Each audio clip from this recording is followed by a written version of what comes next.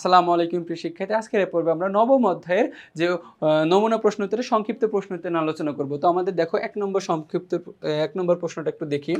আচ্ছা, ১ নম্বর প্রশ্নটা বলতেছে যে সিয়েরা লিওনে বাংলা ভাষা দ্বিতীয় রাষ্ট্রভাষার মর্যাদা পেয়েছে কেন? দেখো, সিয়েরা লিওনে হচ্ছে কি একটা দেশ, আফ্রিকান একটা দেশ। এই দেশে বাংলা ভাষা দ্বিতীয় রাষ্ট্রভাষার মর্যাদা পেয়েছে কেন?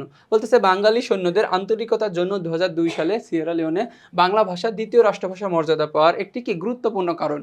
কি গুরুত্বপূর্ণ কারণ, সিয়েরা লিওনে অভ্যন্তরীণ সংঘাতের সময় বাঙালি সৈন্যরা সাহায্য পাঠিয়েছিল। তো দেখো, আমাদের বাংলাদেশ থেকে যে সৈন্যরা গিয়েছিল সেই সৈন্যরা হচ্ছে কি ওই যে বিভিন্ন তাদের অভ্যন্তরীণ সংঘাত ছিল। তো দেখো, অভ্যন্তরীণ সংঘাতের সময় কি যে বাঙালি সৈন্যরা তাদের সাহায্য পাঠিয়েছিল, তাদের আন্তরিকতা এবং সহযোগিতার জন্য স্থানীয় জনগণের সঙ্গে একটা ভালো সম্পর্ক গড়ে ওঠে। ওই সৈন্যদের কারণে বাংলা ভাষা ও সংস্কৃতি সিয়েরা লিওনে পরিচিত পায় এবং বাংলা সেখানে দ্বিতীয় রাষ্ট্রভাষার কি মর্যাদা লাভ করে। তো দেখো, এরপরে ২ নম্বর বলতেছে ভেটো কি। এখন কি ভেটো, দেখো ভেটো শব্দের অর্থ হলো কি যে ভেটো একটা গ্রিক শব্দ। আচ্ছা, এর অর্থ হলো কি, যা অর্থ হচ্ছে আমি মানি না, কি যে কোনো কিছু নাকচ করার প্রস্তাবকে আমরা বলছি ভেটো। দেখো, জাতিসংঘের নিরাপত্তা পরিষদের স্থায়ী সদস্য হচ্ছে কি ৫টি। এই ৫টি রাষ্ট্র হচ্ছে কি মূলত ভেটো প্রদান করার ক্ষমতা থাকে। রাষ্ট্র হলো কি কি যুক্তরাষ্ট্র, যুক্তরাজ্য, রাশিয়া, চীন এবং কি ফ্রান্স। নিরাপত্তা পরিষদের স্থায়ী সদস্যদের ভোটে দেবার মতো, দেখো ভেটো দেবার মতো ক্ষমতা রয়েছে। কোনো প্রস্তাবকে নাকচ করাকে ভেটো প্রদান বলে। এরপরে ৩ নম্বর কোশ্চেনটা যে অংশীদারিত্ব কি। আচ্ছা, অংশীদারিত্ব জিনিসটা কি বলতেছে যে এসডিজিস বা টেকসই উন্নয়ন লক্ষ্যমাত্রার ক্ষেত্রে অংশীদারিত্ব বলতে মূলত ১৭ নম্বর লক্ষ্য অর্জনে অংশীদারিত্বকে বোঝায়। কি ১৭ নম্বর লক্ষ্য অর্জনে অংশীদারিত্বকে বোঝায়। এটি এমন একটি বৈশ্বিক কাঠামো যা বাকি ১৬টি লক্ষ্য বাস্তবায়নের প্রধান হাতিয়ার হিসেবে কাজ করে। ২০৩০ সালের মধ্যে একটি সুন্দর পৃথিবী গড়ার, দেখো সুন্দর পৃথিবী গড়ার লক্ষ্যগুলো এককভাবে কোনো দেশের পক্ষে নেওয়া সম্ভব নয়। তাই বিশ্বব্যাপী দেখো যে ২০৩০ সালের একটি সুন্দর পৃথিবী গড়ার লক্ষ্যগুলো দেখো যে এককভাবে কোনো দেশের পক্ষে নেওয়া সম্ভব নয়।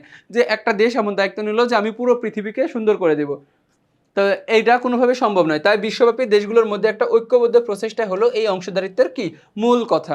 এরপর ৪ নম্বর প্রশ্ন যে বাংলাদেশে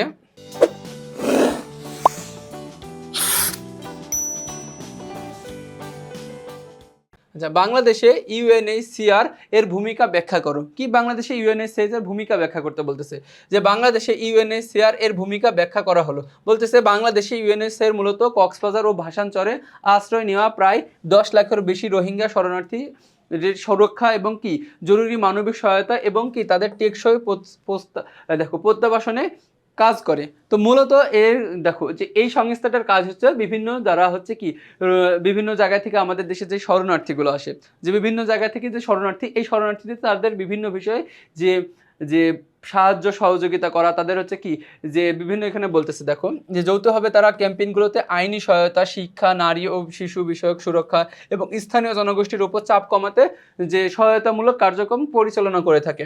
এখন একটা দেশ থেকে একটা দেশে যখন হঠাৎ করে কি যে ১ লাখ শরণার্থী ঢুকে পড়ে, তখন ওই দেশের কি যে মানুষের উপর একটা কি আলাদাভাবে প্রভাব পড়ে। তো এই প্রভাবটা দূর করার জন্য, তাদের উপর চাপ কমানোর জন্য সহযোগিতামূলক কার্যক্রম পরিচালনা করে থাকে এই মূলত ইউএনএইচসিআর। তো এটা হচ্ছে কি তাদের কি মেইন ভূমিকা। তো দেখো, এর মাধ্যমে আমরা কি যে নমুনা প্রশ্ন উত্তর সংক্ষিপ্ত প্রশ্ন উত্তরগুলো শেষ করলাম। তো পরবর্তীতে তোমাদের সাথে আবার দেখা হবে। আসসালামু আলাইকুম।